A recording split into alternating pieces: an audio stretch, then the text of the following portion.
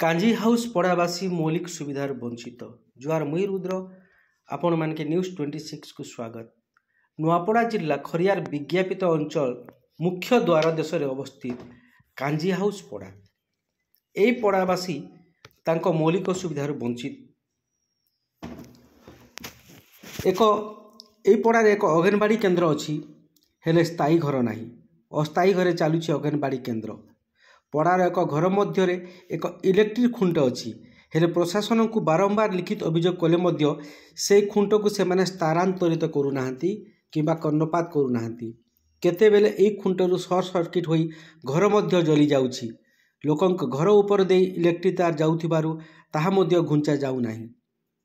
एही पड़ारे सबुठारु अव्यवस्था है पड़ारे आज पर्यंत ड्रेन सुविधा हो पारि नाही एणु एही पड़ार रास्ता उपरे गाधुआ पानी एवं अन्यान्य पानी यही रास्ता दे जाउथिबारु लोके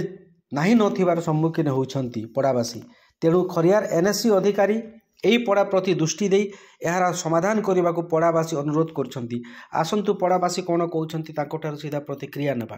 वार्ड नंबर 3 हॉस्पिटल पड़ा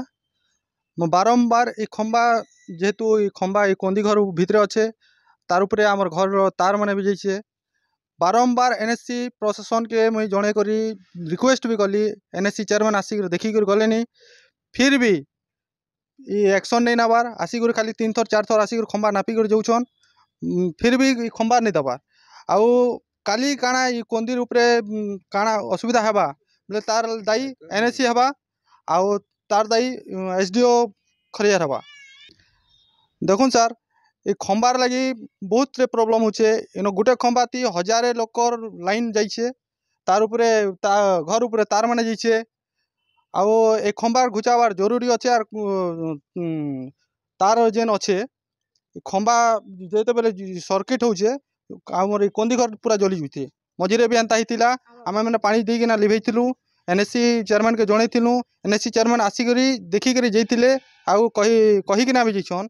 कि खंबा बहुत जल्दी घुचे दमा बोली एपर्यंत आमर खंबा नहीं घुच पारतली दुरिया काना असुविधा है तमर असुविधा बेसी पानी जो छे मंदिर लगे पूरा रही जो छे मंदिर पूरा बनबार नहीं मंदिर लगे कुआ हला मंदिर भी नहीं बनवा रोड घाट सब सफा नहीं ना सब बेले कचड़ा पड़ुछि नाली टिके नहीं ना से नाली भीतर पानी पुणा जाता भी जे मंदिर लगे पानी जमा जमी नहीं होता नहीं आज पर्यंत तो नाली है नहीं एनएससी के कुआ हला ना गोटे दिथर हाँ गोटे दिथर तो कुआ गला ना से मान के कथा सुना सुनी नहीं हबार मरदा भी सब किसी बनी जाऊ रोड घाट सब नाली फाली टी भल भल हिसाब से तुम से सफा सुतर हो रोड घाट पूरा भल हिसाब से परिष्कार रहो आमर मंदिर पूरा साफ सुतर रहो मंदिर टी बनी जाऊ मंदिर बेसी पुराना है जेनटा कि बुढ़ीमा मंदिर बोलसुन आमे से मंदिर बेसी पुराना है पुराना कलर दादी पुरसारू चली आसे बाकी से मंदिर गोटे भी बनूला से बनामु बोले से भी नहीं बनई